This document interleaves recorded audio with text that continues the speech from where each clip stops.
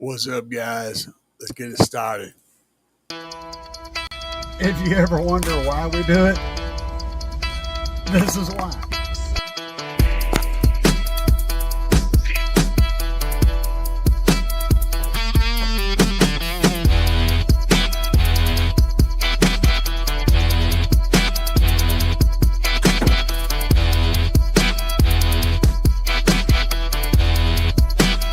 Everybody gonna get loud.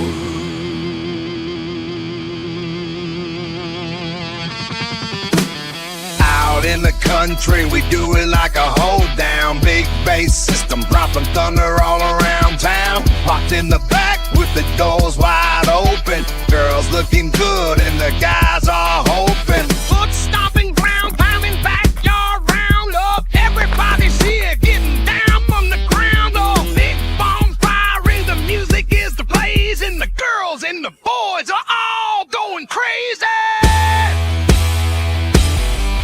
Turn it up, let it out. Everybody shout, get loud, get loud. Tonight we're gonna burn it down. Feel the thunder hit the ground. Everybody gonna get loud.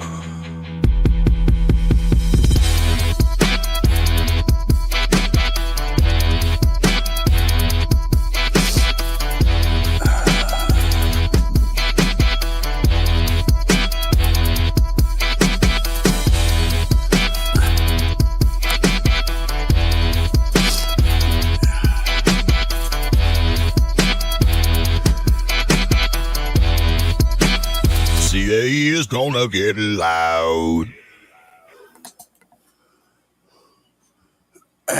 Good times all around. Hang tight just a second here. Let me inspire the lighting a little bit. We're doing dark mode, but we're not gonna be totally dark.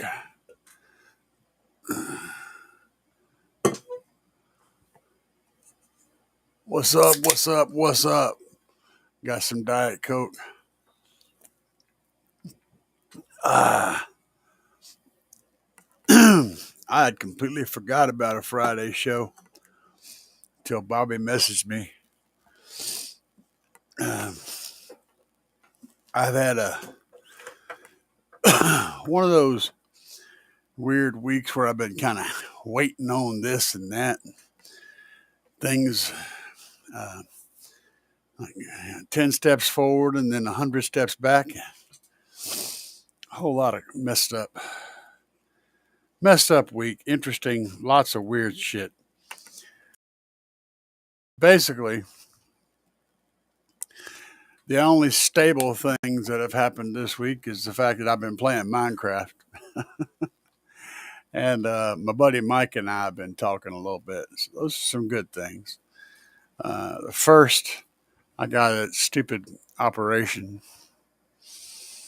The operation itself doesn't really bother me, but what they're doing is putting the defibrillator in over here in my chest, hook up to my heart, kind of like having a booster pack and a built-in pair of jumper cables. That kind of bothers me. And then for a while after that, I'm not allowed to use my left arm, so my left arm's going to be in a sling so that I can't move it, which means I'm going to be like super limited on any kind of stuff I can do. Sucky stuff like that, and that's coming up. That's like the first is when that happens. So yeah, I've been dreading that shit and dealing with all the other stuff that I have going on. So yeah, it's been an interesting week. Franco, wait, let's see here. Let me get the chat pulled up. Have I seen the new movie? What new movie? What's up, D-Will? The new movie. What movie is this? That's kind of a vague statement, man. because there's a lot of movies. Not like it was back in the 80s in the 70s, when a movie, yeah, there was a movies were, few and far between. Now, man, shit, thousands and thousands and thousands of movies are out there that I've never even heard of, which is crazy. So, I'm going to talk a little bit about noise rejection, preventing noise, different kind of ways to stop noise. When I'm talking about noise, I'm basically talking about alternator whine and floating ground issues. I've still got to learn a whole ton about floating grounds. That's a research project. You guys know anything about floating grounds? We can talk about that shit. Oh, Minecraft movie. I saw a little of that on. There was a YouTube hacked version that had the zoom in thing going on every so many seconds. I saw enough of it that I watched. I watched it up to the point to where everybody got into Minecraft world, and after about a minute of being in the Minecraft world, I was done. It was more interesting prior to that. It kind of got, and I mean, when I say interesting, that's a stretch, but it was entertaining, more entertaining prior to the fact when they actually made it to the Minecraft world, all of them together. It was depressing and stupid. I think it would have been more fun to explore uh, what's his face when he first got there a lot more, learning things and like running into all the different stuff and kind of showing the development of him and stuff. And he skipped right to this other point where he was this Minecraft god. They missed the whole point in Minecraft, which is the learning process and the building and the discovery and all that. They skipped all the good shit. I think that's why the movie would have been better had they spent more time on that. So yeah, it was bad, man. Minecraft's crazy. And I know I don't have a subject tonight again.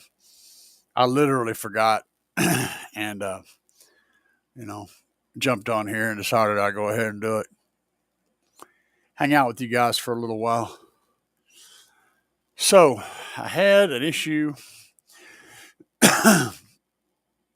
So here's the scenario. You guys have probably seen the video, but I had a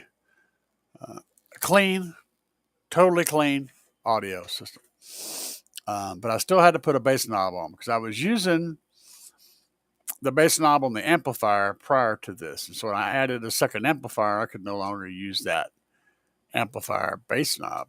I had to have one knob to control them all, but the one knob. And that reminds me, I should get a knob made with the ring. That'd be funny. The one knob to control them all. Sometimes the good shit hits in the weirdest times, right? So anyway, I got an inexpensive bass knob. It was actually a used knob, and I had a cheap RCA cable. Ran it, noisy as hell. It's like the noise. It wasn't a hum or a buzz or a whine. Okay, it sounded like. I mean, this amount didn't even come through. It sounded like this. I don't know if you guys are getting anything from that. It sounded like someone was softly blowing across a microphone just enough to get the slightest wind noise across the mic. That's what it sounded like. And it was coming from my subwoofers specifically. So it was like I said, it sounded like air blowing across the microphone. So I went first when I unplugged the bass knob, it went away. So I'm like, well, the RCAs are still going to where they were going, right? They're still being the antenna that they normally are. And but it went away. I plug it back in, it came back. So I'm like, okay, it must be the bass knob, right? Well, when I got, so I went to get another bass knob. While I was there, I replaced the bass knob, got a different bass knob, hooked it up. Same thing. So then I unplugged the bass knob, that different bass knob, and I took the RCA cables and I touched the two positives and the two outsides together at the same time to make that connection. So it was connected like the knob was there. Got the sound. Okay, so well, must be the cables. So I went in and I got a set of jacketed cables, really nice, twisted pair, noise rejecting jacketed cables, and brought those out, hooked it up, did the same test with the two ends, positive and positive, negative and negative, no noise, zero noise. Then I put the bass knob on the second one that I got, the new one, and still an inexpensive bass knob and no noise. However, there is some noise. Uh, when you got the volume, the bass knob turned part of the way up, it starts to fade into noise. Then as it gets up toward the top, it fades back out again. So it's kind of in the middle, but it's faint. It's totally different. Before the knob, when you turned it all the way up, the noise went away, and as you turned it down, the noise came in, and then the knob stopped working. The knob was broke, and that literally wouldn't turn it up and down. This time, the noise is gone at the bottom and gone at the top, but you can kind of hear it some in the middle. It's very strange. Same noise, it's just a lot less of it, and it's a more manageable thing. Not sure what the cause on that is, though. But the cables did help tremendously. So I'm assuming it's picking up noise in a cable somewhere along the way. What I'm thinking is the cable runs off the amp, off the DSP in the amp, and then runs down and runs right beside the amplifier. But that's not a problem. And it runs kind of across the area of some power wires. Again, not too close, not a problem. Where it goes past the wall, though, at one point, that's where the alternator power cables come through. And it runs right off over the top of those. Like this. Well, I can't even see it. Like this. Just right over the top of it. It's not wrapped around it. It doesn't run alongside it. It just kind of crosses it right there. I know that shouldn't cause noise. I know this, but at the same time, what else is there? You know what I'm saying? What else is there to cause that noise?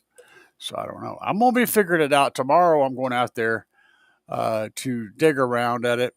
It's in a state right now where it works. Okay. I can use it. It'll demo. It'll do the job. It's not annoying, but it's still there. And as long as it's there, it's going to bother me until I figure out how to make it not there again. Even if it's just barely there, even if I'm the only one that ever even hears it, it's going to bother me. A pack, yeah, man. I've used pack. Honestly, I don't care for it. The pack has it has no volume. It's like 3/4 of the way, nothing. And then all of a sudden, bam, it's all there at the very top. Yeah, the bass knob. I know what you're talking about. It's I've actually got one in here somewhere.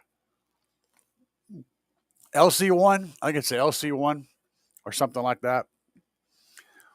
But yeah, I've got one.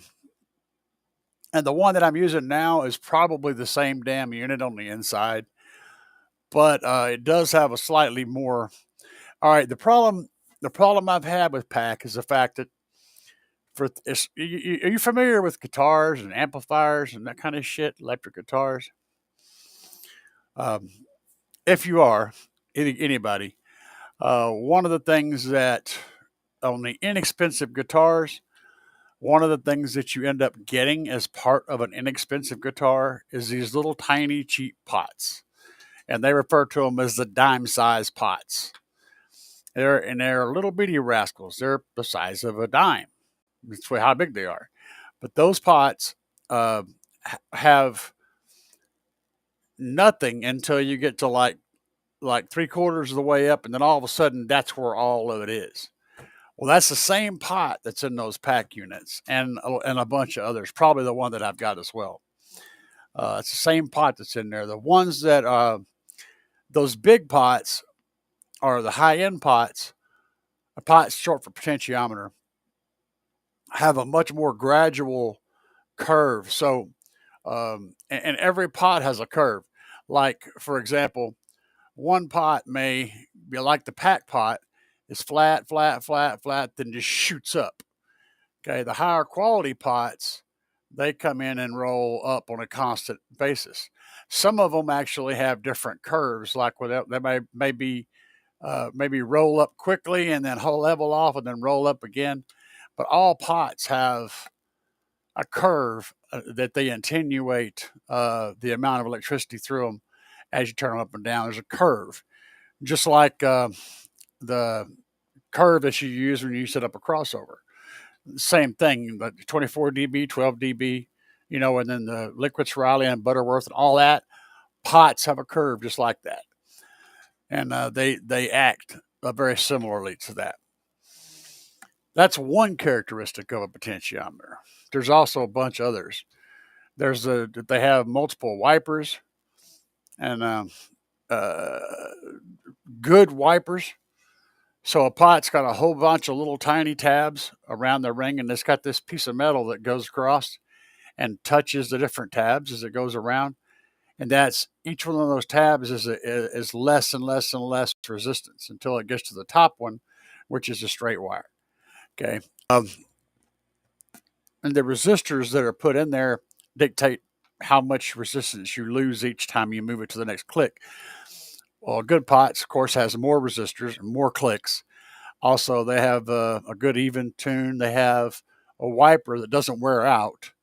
They have good designs on that so that the wiper will continue to function doing its job for many, many years and not start skipping over stuff and losing contact and getting that static in it. When you turn the knob and you hear the static, that's the wiper losing contact with the contact point. So anyway, it's a whole lot of complicated junk in there, but the point is, in the inexpensive bass knobs, and they have shitty pots, and they can kind of work, but they usually don't work very well. And what's up, Bobby? Um, and if you mess with the stuff enough, you get to where that you can hear the difference, you can feel the difference, um, and it's like it's just to get different. It's a different world. It's different equipment completely. Yeah, I already told him, Bobby. I told him. I said, dude, I was sitting here just chilling, done totally forgot. I was pondering, kicking back and listening to some Pink Floyd and passing out. And Bobby hit me up. So, oh yeah, I forgot. I hadn't done it. I mean, Friday is a new thing for me, man. I went now, I'm covering, but it's going to take me a minute to get used to it. Um, and I don't even know what time to do it. I mean, I guess I don't even know, dude. What time would y'all think would be a good time? Give me a number so I kind of have an idea what I can work on. Y'all will give me a number, probably let's say 9 or 10 o'clock, something like that. I think it needs to be a late show. Uh, uh, Good bass knobs. Um, Well, I'd be cheating if I told you that honestly the best way to get a good bass knob is to buy. Uh, it's going to be more expensive than the others. First of all, I say go out and buy an expensive bass knob. That's a stupid advice. Stupid advice. But it's kind of the most honest advice I could give you. Um, I would look. I would okay.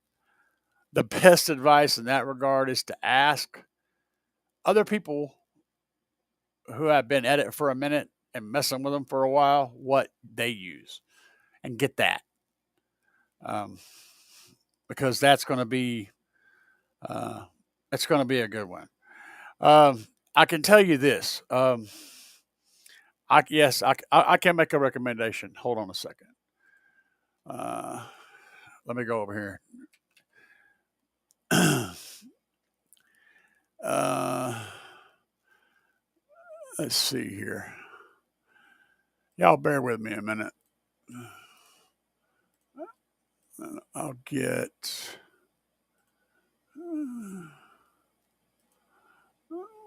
Bobby. Bobby B. Bobby B. Whatever will he be? He will be Bobby. Um, he's going to hurt somebody.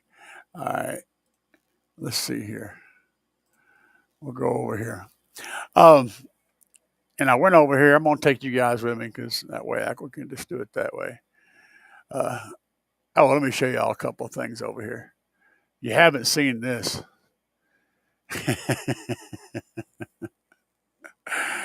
These are nuts. They have a bottomless motors. Um, it is a completely a one-off. They're using a sundown basket with Sundown's permission. They're using a sundown basket, but the motor design is a brand new design that did not exist yet, except for GP. They have a patent on this motor, and it is a monster. This subwoofer is off the chain. They are not cheap, okay? But good Lord. Yeah, and they have an 18. 5,000 watts RMS, and they'll handle twice that RMS. Anyway, I wanted to show you all those. And if you're wondering about the enclosures, man, if you don't know how to build an enclosure, go to GP. Um, let's see. Let's look at their. I'll show you. I'm going to show you a couple things over here because you guys asked me about certain stuff. Some stuff I can't recommend because I don't have any familiarity with it. But for example, let's look at 15-inch. Well, let's look at 12-inch.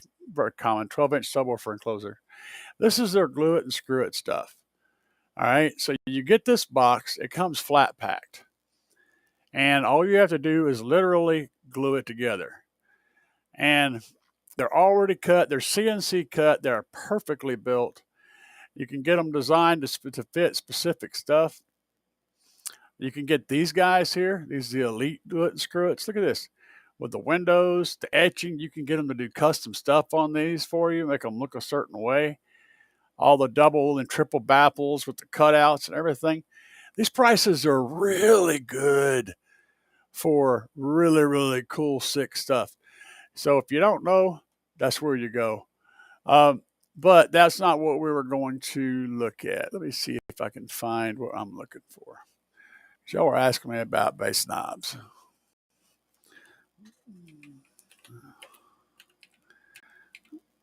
I know that they have them. Here we go.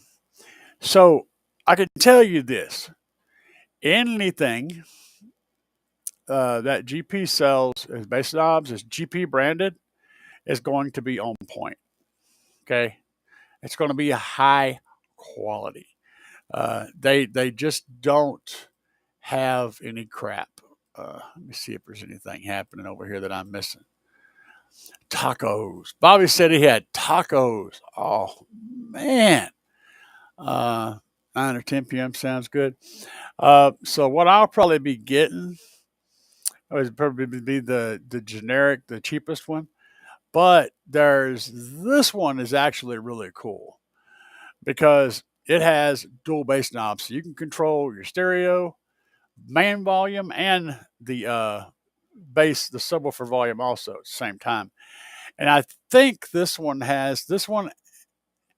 And I know this one does has the RGB. I think it has the RGB built into it, and you can.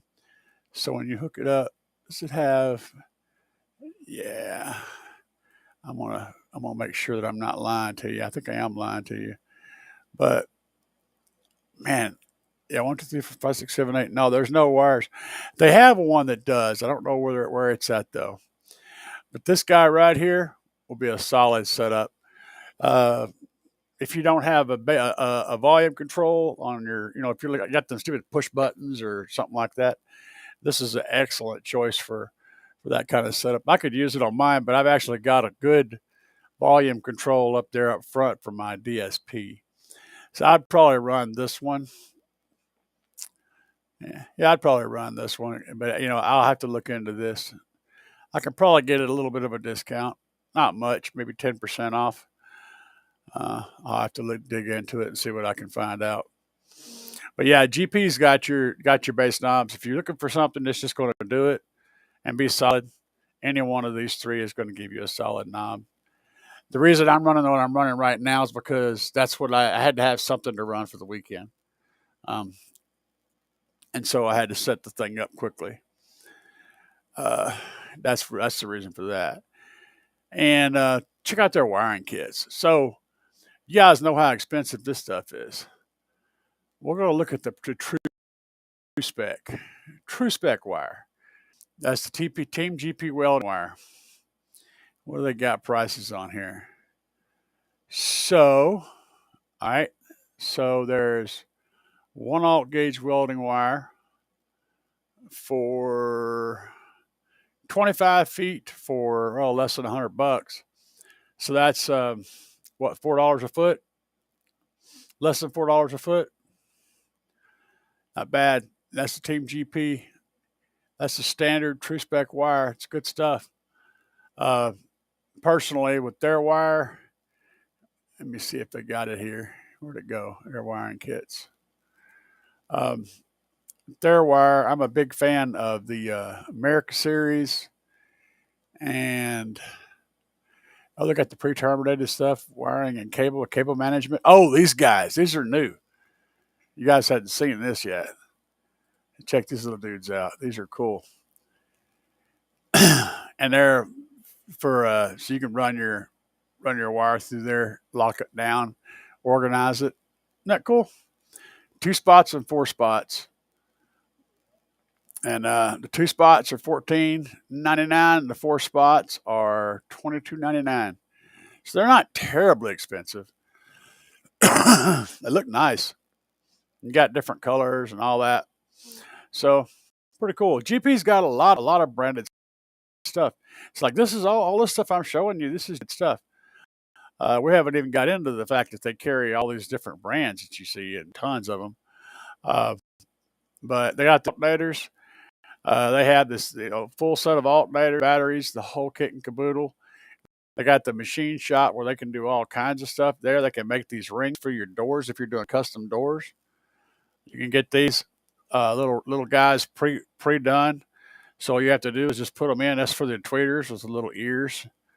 You got different rings, but you can get them right there. And I'm going to tell you, these right here, this 10-inch ring on Amazon's about $20. You're actually getting it less expensive from GP's site than you would get it from some random ghost manufacturer on Amazon. They're cheaper here. That's a lot of stuff's like that. A lot of stuff here is going to be cheaper than they're going to find it anywhere else. And this is my alternator right here. This one right here, the 370 Team GP, literally the same color and everything. That is my alternator, my main alternator.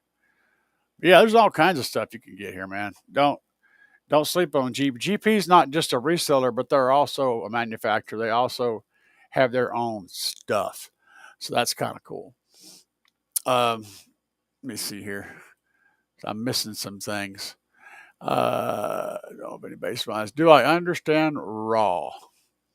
RAW. Hey, do you mean REW? REW? Or am I missing something?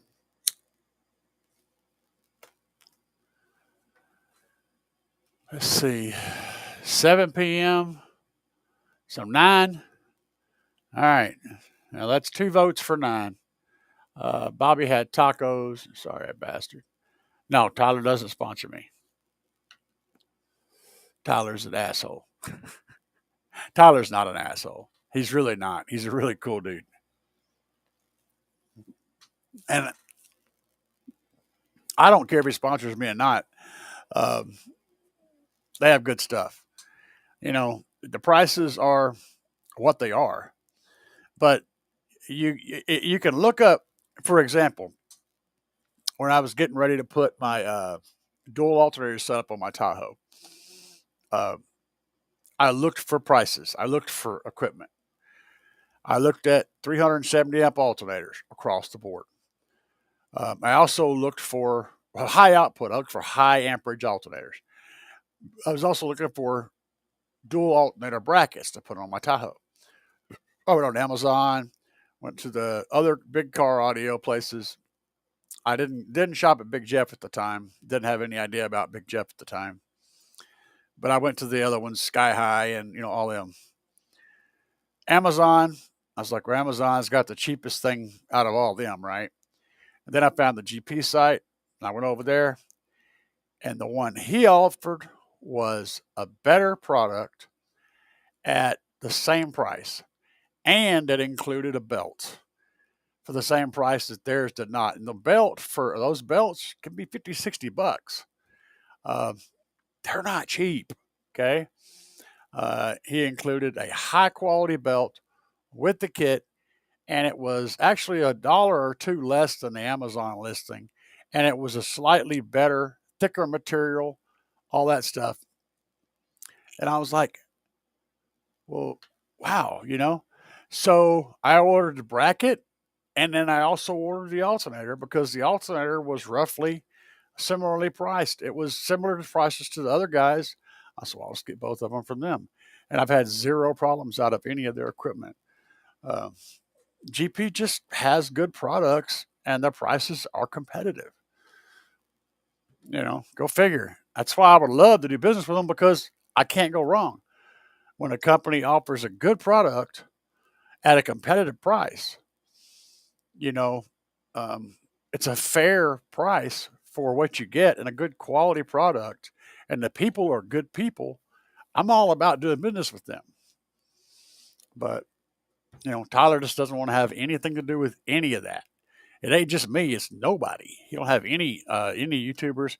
He don't want the liabilities, what he said. He don't like the liability of having someone representing the company that he doesn't have close watch over doing or saying something that might, he just doesn't want any of that. He don't want any part of it. And they're able to provide the service without any of that. Bobby, yeah, that it is what it is, man. Yes, did he hand deliver that? I think he did hand deliver it. Yeah, he hand delivers most stuff. If I order from Tyler, he'll literally hop in his vehicle on the way home and drive over here and drop the shit off at my house. It's pretty cool. The owner of the company literally brings it and knocks on my door and hands me my shit. Yeah, I know. That's Tyler, though. He's cool. It is what it is, man. I ain't tripping on it. I'm not tripping on it. Like I said, when you do a good thing and you bring a good product at a good price, you're naturally just going to go. And Tyler's already got the backup of being a reseller. He's moving other people's products, and that's doing fine. That's where the business's core is. So he's able to expand and create some of the GP products to have alongside that as a bonus, but they don't have to do excessively well because he's got a business model that allows him to support that with the other part of the business. So he's not pushing it, and it's fine. It'll grow on its own. When you're trying to fast track something, you need to work a little harder on the advertising part of it, and that's why we do what we do with everybody else.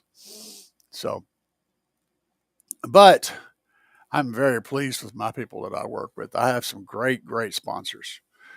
Um, what was you don't want to know about Rue? Because my knowledge on Rue is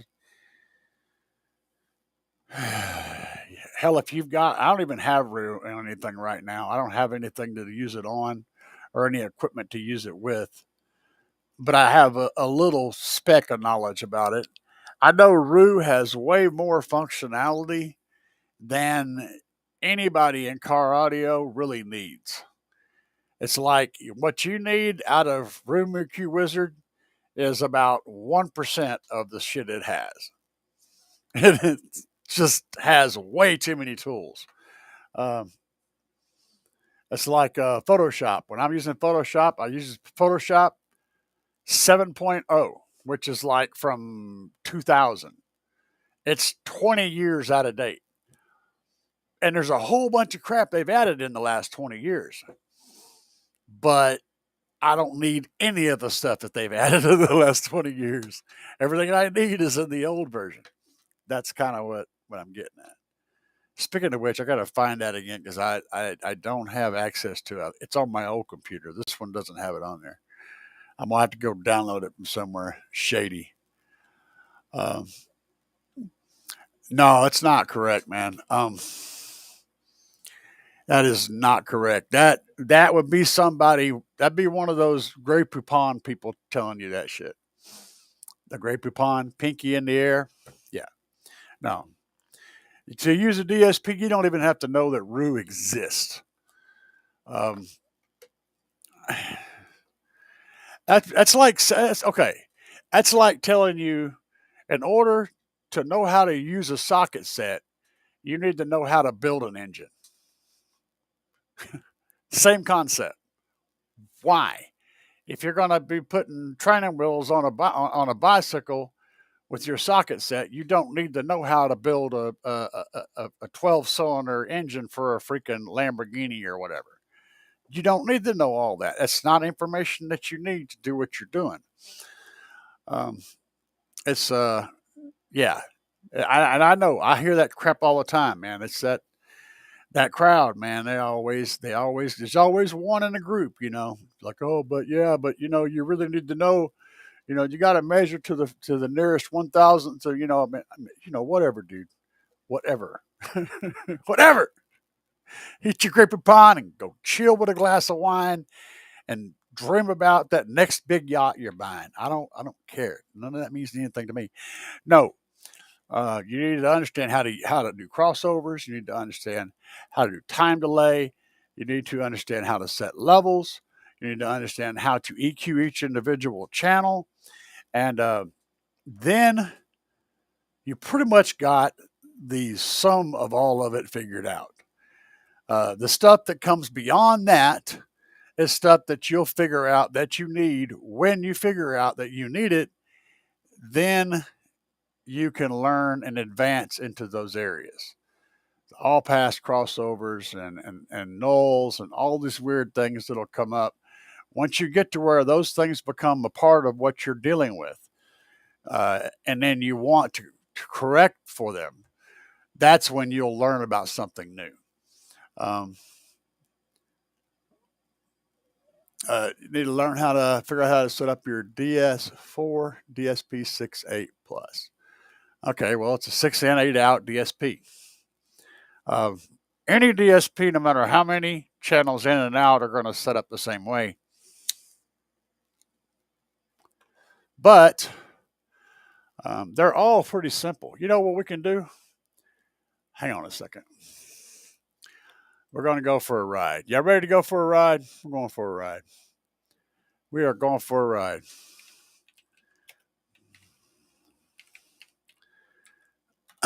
We're going for a ride because Bobby Bobby needs to learn something. I bet you there's at least one or two people in here that'll come in hand that'll find this information handy. So let me get over here. We're going to do a couple of things. Let me see if I can get to the other, because I think we're still showing this channel. Let me add a scene here, try to figure this out. Screen, we'll go back over here.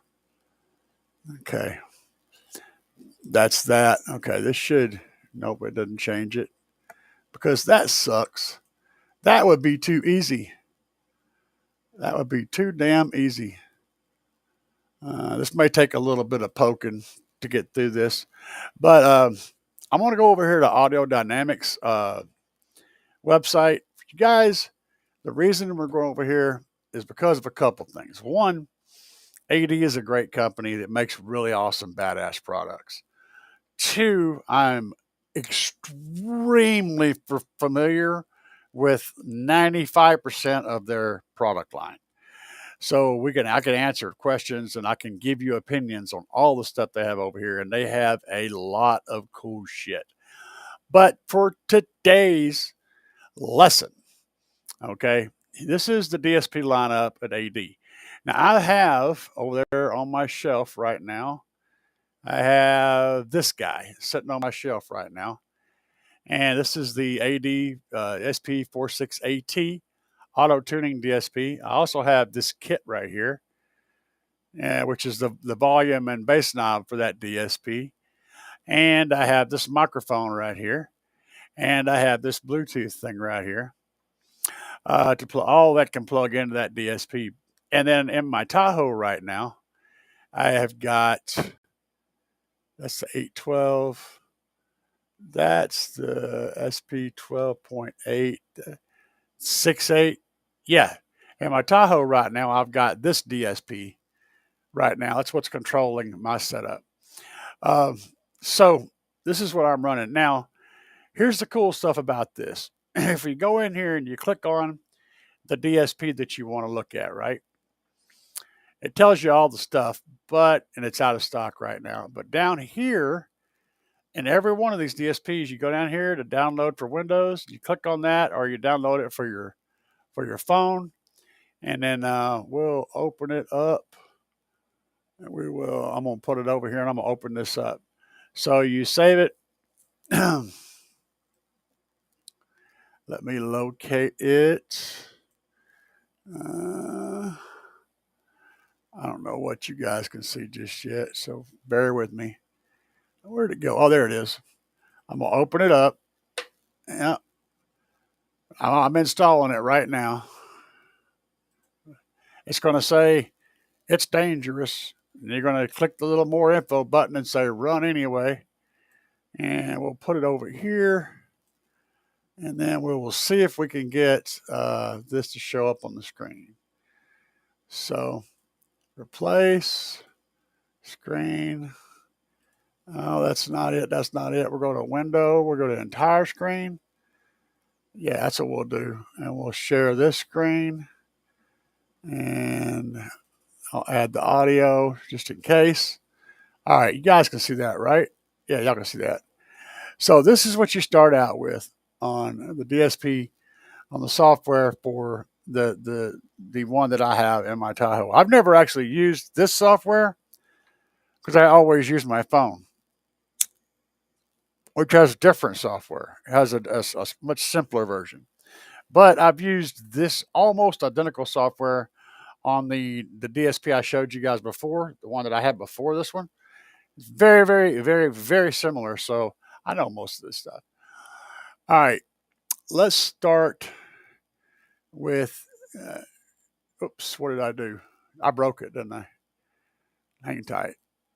Okay. And this has a static size. I was going to try to make it big because it's kind of down here. So down here's your phases, is your channels.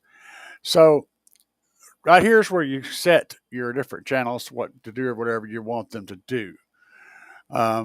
For example, this one, they're all set to null right now. We say we're going to set channel 1 and 2 is tweeters. So you set 1, and that'd be your front left. Then you say tweeter, and now it'll automatically apply a curve for a tweeter. And it starts, looks like it starts up high, probably 7K or so. I don't know, it rolls off. We'll look at it. We'll look at it here in a minute. Then we set this one also, front right tweeter. And then you want these, say you want these two for your doors. So you say front left mid-range. Or no, if you're running a simple system, we'll say front left woofer. That's going to be your putting all of the frequencies down there on that door speaker. So we'll do another one. We'll do front right woofer. All right, so we had it. We're let them door speakers play low, and if you look at them now, you can see where they're playing. They're playing down to about 60 hertz at the very bottom. So that's a pretty good setup. But also notice that these two, there's a big gap in here. Okay, so if we're looking at our tweeters, I got both those set up. You look at our tweeters, we got them set. They're losing everything at 3K, and then your mid ranges, they're only going up to 700. Well, we got to fix that, right? So we got a hole. Do we have any other speakers in there we could use? Well, no. Okay, then how do we fix it? Well, we could go back in here and set this for front left mid-range. Okay, notice how that moves it over right here. And that will work because now if you look at that and you set both of those for front right mid-range, now you've got this whole frequency band covered down to 300 hertz. But here's the problem: there's a hole down here. How do we fix that? All right, let me get my brain in gear. So over here is your filters. So and that's what you're setting right here is these filters. So once you have a speaker selected, it's going to change what's showing over there. Okay. So we got this guy is set at 500 hertz with a 24 dB roll off. We want this to come down here and cover this area. So we just change that to 80 hertz and should just, how do I do this? Enter. Yeah, there we go. So now you notice we're covering down here. Now, if we look up here at the top on the tweeters, we're looking at channel 3 here, channel 1 and channel 3. Tweeters coming down to 3K and that's going up to 5K. Where's that crossover point at? Well, let's look at the top part. That's up here. So this is where your lows are crossing over. And this is where your highs are crossing over. Right now it's crossed over at 4,000 hertz. Let's change this to 3,000 hertz. 3,000 hertz. And hit enter. And we got them both set with a 24 dB roll off. Okay, that's how fast this falls down. If you change this to like 6 dB, it's going to stretch it way out like that, see? And if you change it to 48, it's going to drop like a hammer. So what you're wanting usually to start out with is go for 24 dB roll off. And then set your tweeter at 3,000 hertz also at the low side. So it will meet this one in the middle. And now you've got 3,000 hertz here and 3,000 hertz on the tweeter. Both of them are at a 24 dB roll off. The tweeter doesn't have any top roll because it's going to play all the way up. And the crossover point, there's a way I can light both of these up if I can remember how to do it. I should show you this. And my brain isn't, it's been a while. I can't remember how to do it. There's a button. Oh yeah, that's how you can link them together. I'm remembering this is your mute function. So when you got the system playing and you're wanting to tune, you're wanting to break it down, you can mute everything except the driver that you're currently tuning.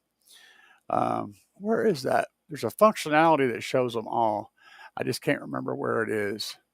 Okay, this up here does the same thing as, oh yeah, I remember now.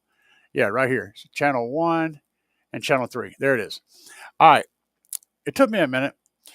So this point right here, if you use a Liquence Raleigh crossover and a 24 dB slope, these two crossover points where you're losing signal here and you're losing signal here, these 2 points at that curve, at that crossover, will cause a summing effect that'll actually give you a mostly flat output up here. If you use any other crossover point besides 24 and Linkwitz-Riley on the same number, you will create either a hump or a dip in that spot. And if you want a dip there, then you can create one.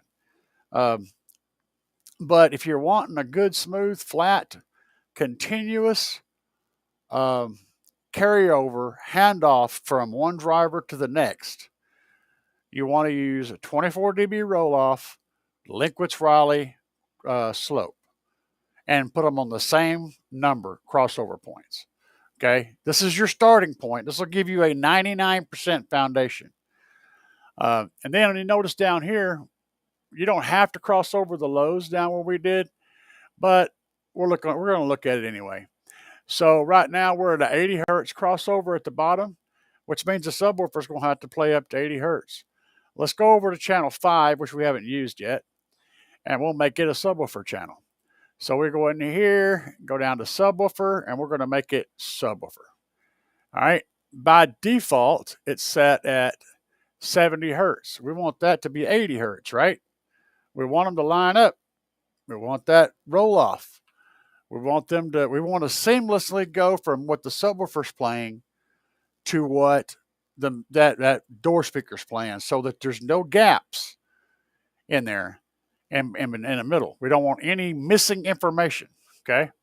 So we set that for 80 hertz, hit enter, and that adjusted that. So now we've got this handoff here, and we're going to have a nice smooth bass going from the sub to the door. Now this basic setup right here is what probably 75 to 80% of cars in America that have a basic stereo system in them are running. This is a really generic setup. It's a great starting point. It should be built into the system to do that. And it's actually not. You have to do it yourself. But this is the crossover points that'll get you through most situations. Now, there's other stuff you can do. So let's say, for example, you've got A-pillar speakers and you want to add them to the mix. Now, I'm not going to put them in the correct spot because I don't care. But let's put 5. We're going to make 5. 5 is already showing. So, because we got these turned on. But let's say we got some A-pillar speakers, some little 3s, right? Oh, yeah, I'll get to the presets. So, say you got some 3-inch speakers. Now, they don't fit here, right? Because now you'd be creating a big old bump right here by adding those 3s. So, what you do then is you go, well, what does the 3 play? Let's say most of the time, a 3-inch speaker or a 2 3/4, 2.5 to say 3.5-inch speaker. I wouldn't cross them over at about 450 to 500 hertz up to like 10K is usually a good number. You don't want to go too high because they'll start breaking up in the high tweeter area. So if we're going to add those, let's just say we're going to add those. We got 5 as a subwoofer. We got woofers down here. We got tweeters here. We got a sub here. We're just going to add them on 6 and 7. So we're going to make channel 6 a front left.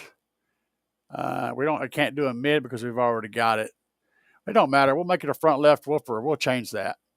And then we'll change that. It's not important that we do this. Not important that we get these names right. It's just helpful later when you're going back and finding stuff, but it's not important.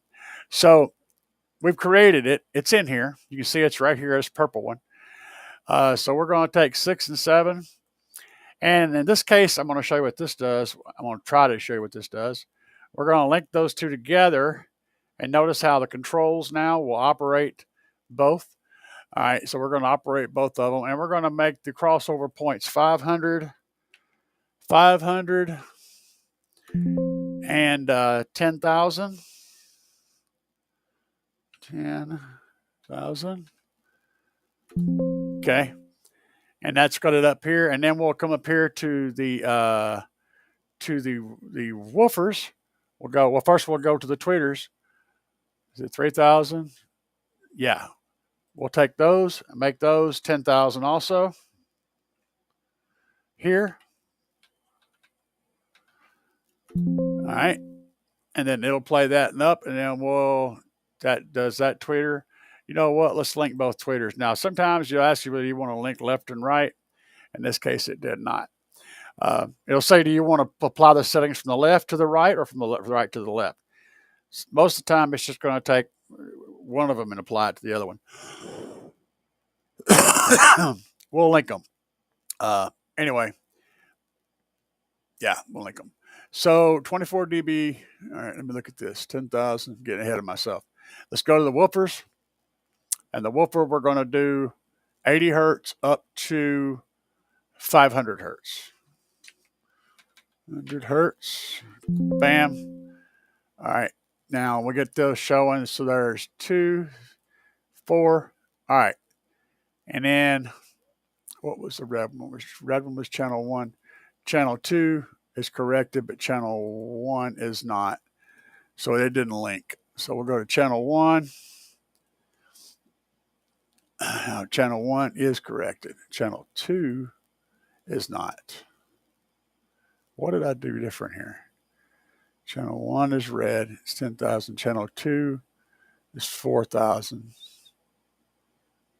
The hell? That should be, that should be 10,000. Okay. All right, now they're together. And then the yellow one is channel 4, channel 3 and channel 4. And I see what I did. It don't matter. It don't matter. The point doesn't matter, because I just screwed everything up by getting out of order. But the idea, you get the idea. You get the idea, right? You create your subwoofer, you got your woofer, you got your mid, and then you set these bad boys where they cross over at the same point that this rolls off at, and you've created a 4-way. You use that same structure each time.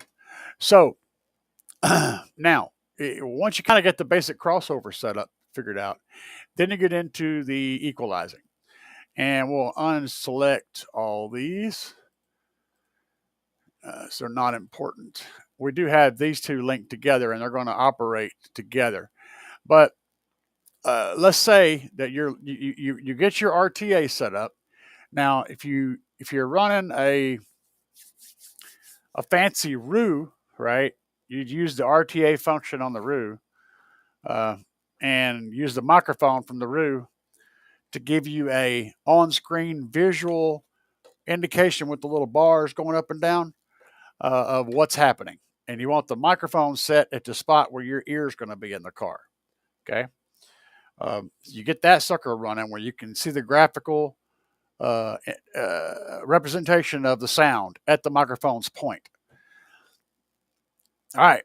Then you want to go through all these other channels. We're going to work on channel. We're going to work on. Let's unlink these. Unlink these. We're going to go harder into this.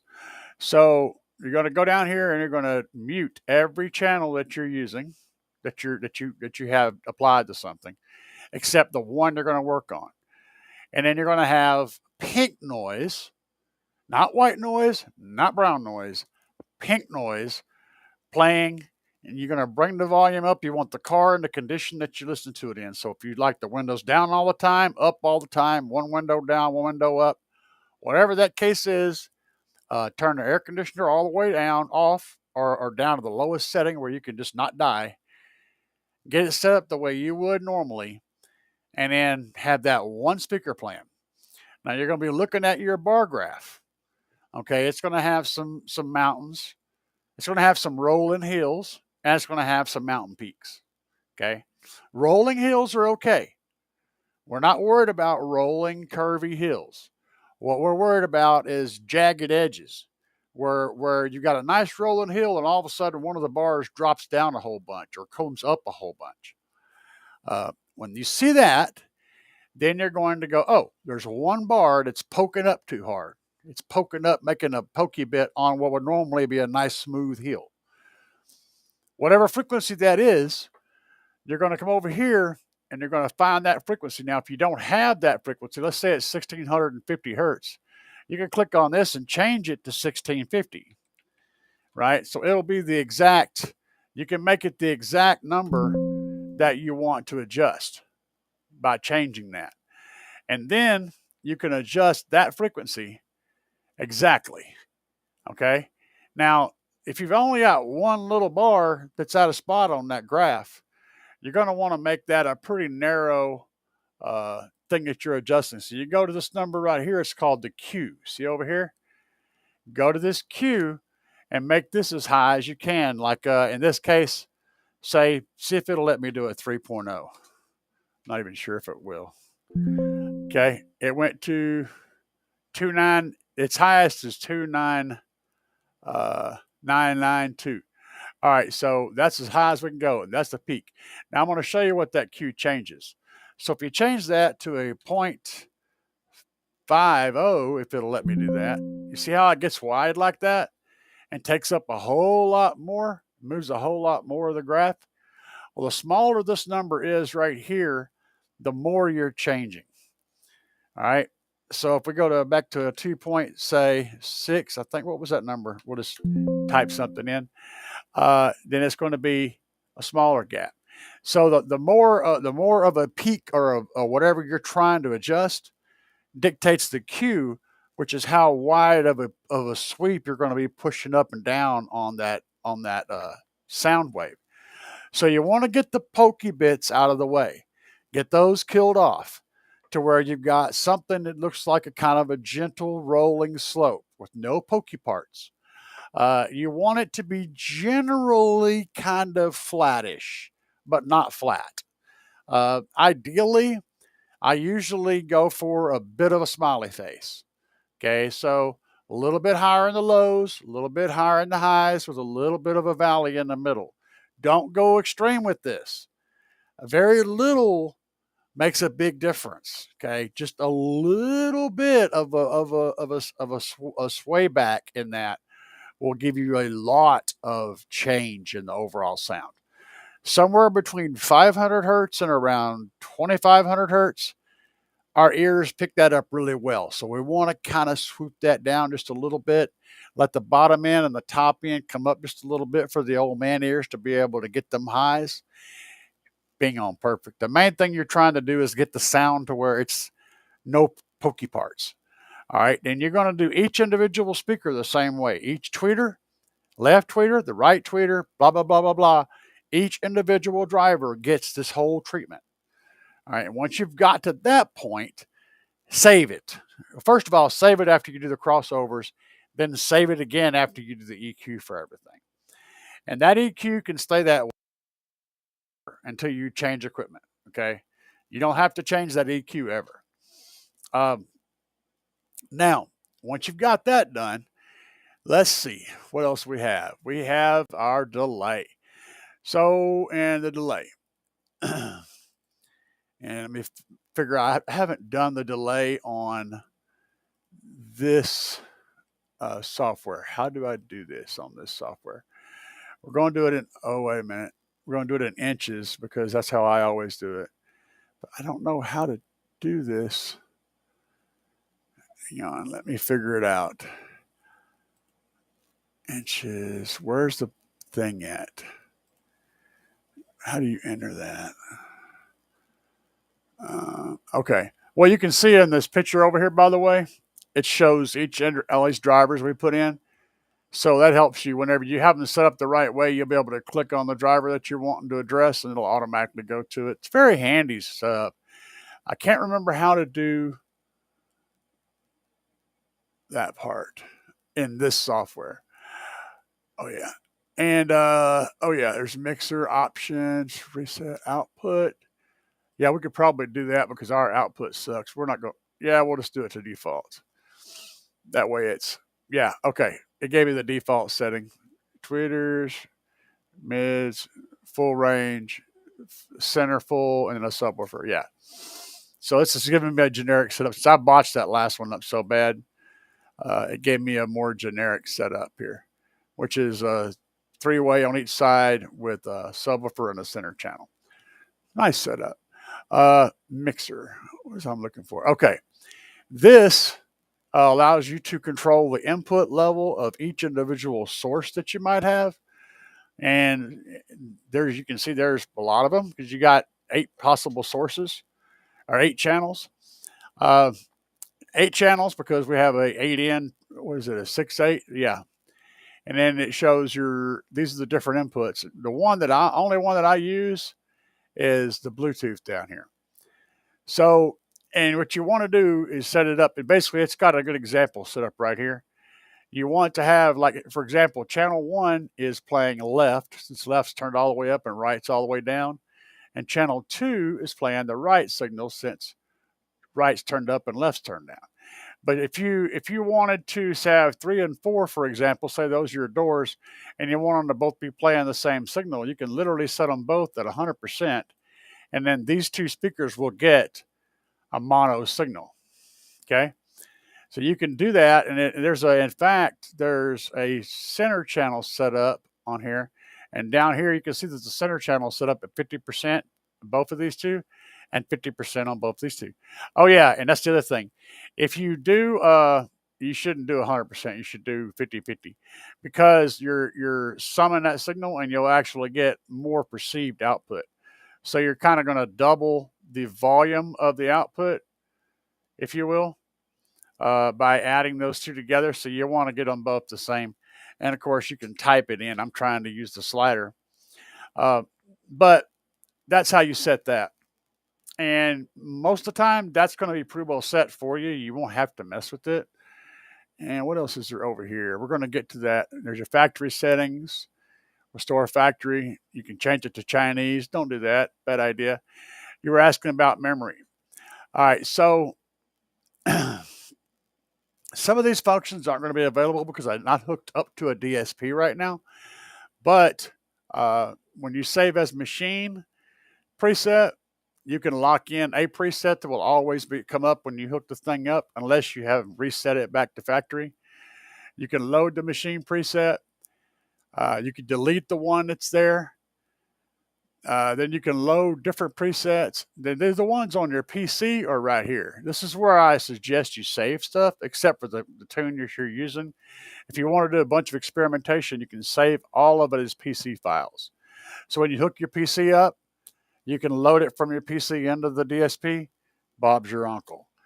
This allows you to have the file saved somewhere where even if you have to return the unit and get a new one, your save is still on your PC. You can just plug it in and fire it up, and it's ready to go, instantaneous.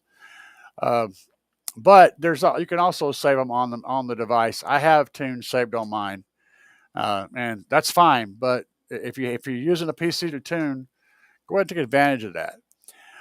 So while I had this up, and I still can't remember where that function is to set the inches. Essentially, oh, wait a minute. Let me see. No, where is it at? I don't remember where it's at. Oh yeah, input source. This is the different possible inputs. So high level, which is your speaker level outputs, RCAs, Bluetooth, optical, and coaxial. And yeah, this will do optical. All right, let's go back over here. Let's see what we got going on. It has 6 presets, so I'm thinking of doing different tunes and doing an A/B comparison. That works great. I say build a safe tune first and get that going on, and then build a loud tune, and build a good sound tune, and build an experiment tune. That's kind of how I usually go. Have one that's experimental that can constantly be updated and changed and whatnot. 3-way active setup. Yeah, you're basically be running this without the center channel. This setup without the center channel. Let's see. The tablet works great. Yeah, tablets are. Yeah, I use the phone and my tablet as well. See, you should. But it's going to see. Frank gets Bluetooth. I have the software downloaded to my phone. Okay. The phone version and the tablet version is going to be simpler.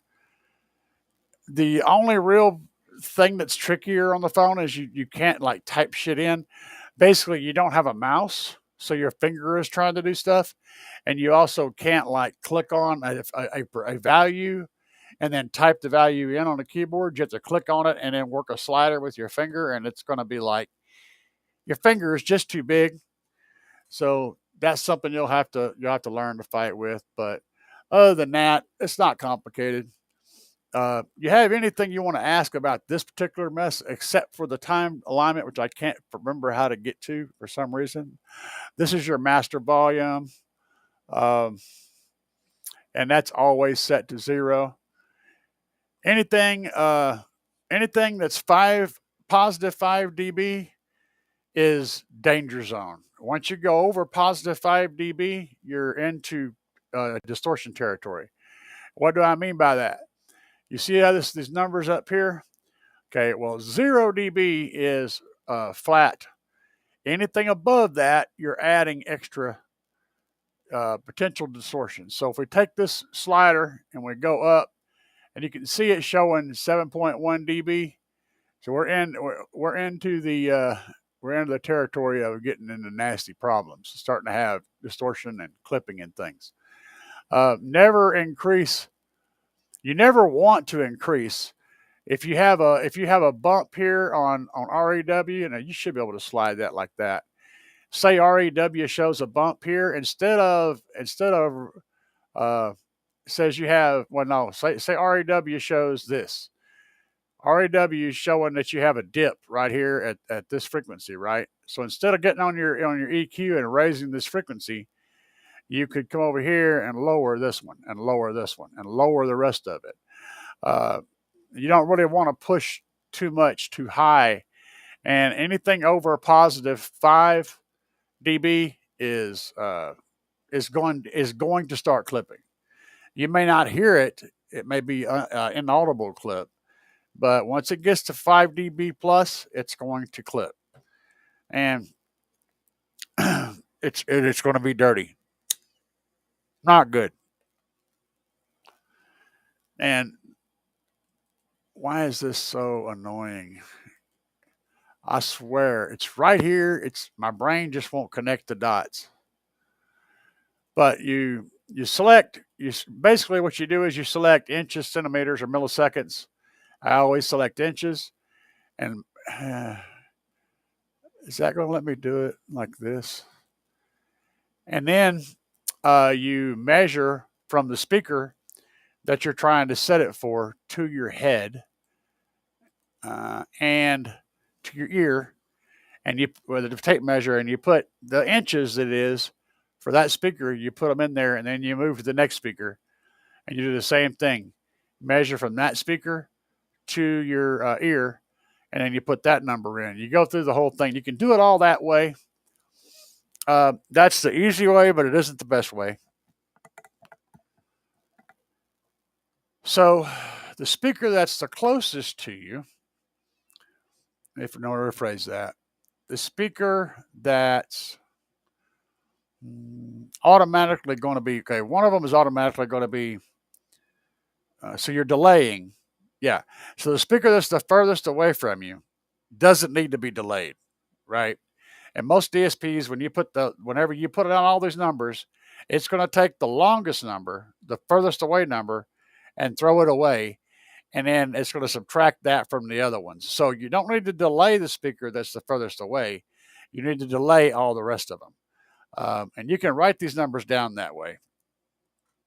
But you don't really worry about that right now. Just use the measurement that you get, put it in, right speaker, right tweeter, left speaker, left tweeter, right mid, left mid, and subwoofer. Measure to the ear that's on the side where it's going to. And I mean to your ear, not to your face, but to your ear.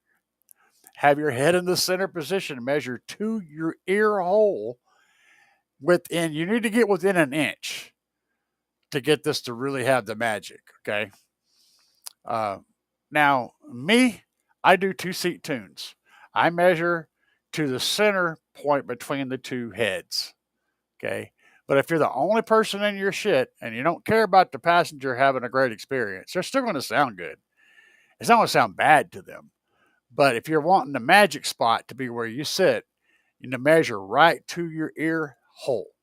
Get it within an inch of that distance and measure to the center of the speaker. Not to the vague area where it's at, but to the center of the dust cap. As close as you can get to the center of the speaker and as close as you can get to the center of your ear and get that measurement wrote down. And do me a favor, when you do this, get a notepad out and write that down and keep that. Because you will have to go back and do this again later, and it sucks to have to measure it all out again. You've already got it wrote down. That number is not going to change unless you move your driver's seat. There's that. Anyway, I'm going to jump back off of here. Did you have any questions about any of this crap that I'm talking about, besides that thing that I can't remember how to get to? It may be that since it's not hooked up, it may not be activating the way it's supposed to. I just can't remember. It's been a long time since I messed with that. We'll jump off here. Basic DSP 101. Yeah, that's pretty much what it is. So you set your crossover points. That's the number one thing that you want to get right. Make sure that your tweeters aren't getting 20 hertz. I also recommend, at least on your tweeters, putting they usually come with a capacitor. Use that. Even if you're going active, use the capacitor anyway. Because inevitably you will at some point screw up and send more than you're supposed to send to those tweeters. And if they got a capacitor on them, it's going to save your bacon. Go ahead and use the capacitor. You're probably going to be cutting off the frequency higher than the capacitor is anyway. But it's all right. It's a nice safety net. Everything else can take a little bit of torture, but the tweeters instantly go. They cannot take torture. So put the capacitors on them. Get your crossover point set. Like I said, 24, 24, Linkwitz Riley. I do 80 and 3000. If you're running a three-way, I would start out with 80 to 500, 500 to like 8,000. And then 8,000 into infinite. That's some crossover points I would use to start with. Those are all really safe for a three-way. And you can move them around. That's the other thing. Using a three-way puts most of the vocals on the middle speaker, not on the bottom speaker. And that's going to bring the sound stage up. Okay? It's going to put it more up in the windshield and less down in the doors. But it also is going to make the vocals sound a little bit thinner because that little speaker is going to have a harder time getting good oomph in the vocals. And so whenever someone gets low, their voice may shift and the stage may shift down some as they go down. It may all of a sudden come from the doors instead of from where they were, which makes the image move around, and you don't want that. That's why other kinds of crossovers can come into play, but for now, go with that one and then learn as you go. You know what I'm saying? Learn as you go. All right. Anybody got any more questions tonight? I've rambled on and stumbled through this crap long enough. I'll stick around if you got questions. Nobody has questions. We're about to see the duck, baby. Yeah. Yeah.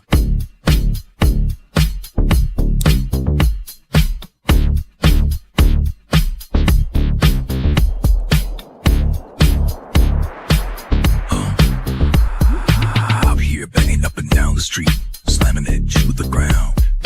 Big subwoofers are getting loud. You can feel the booming sound. Getting ready to go. Got it shined up for the show. Hours charging, amps are amping, gonna let the woofers blow. Another one bites the dust. Another one bites the dust. And another one goes, and another one goes, and another one bites the Another one bites the dust.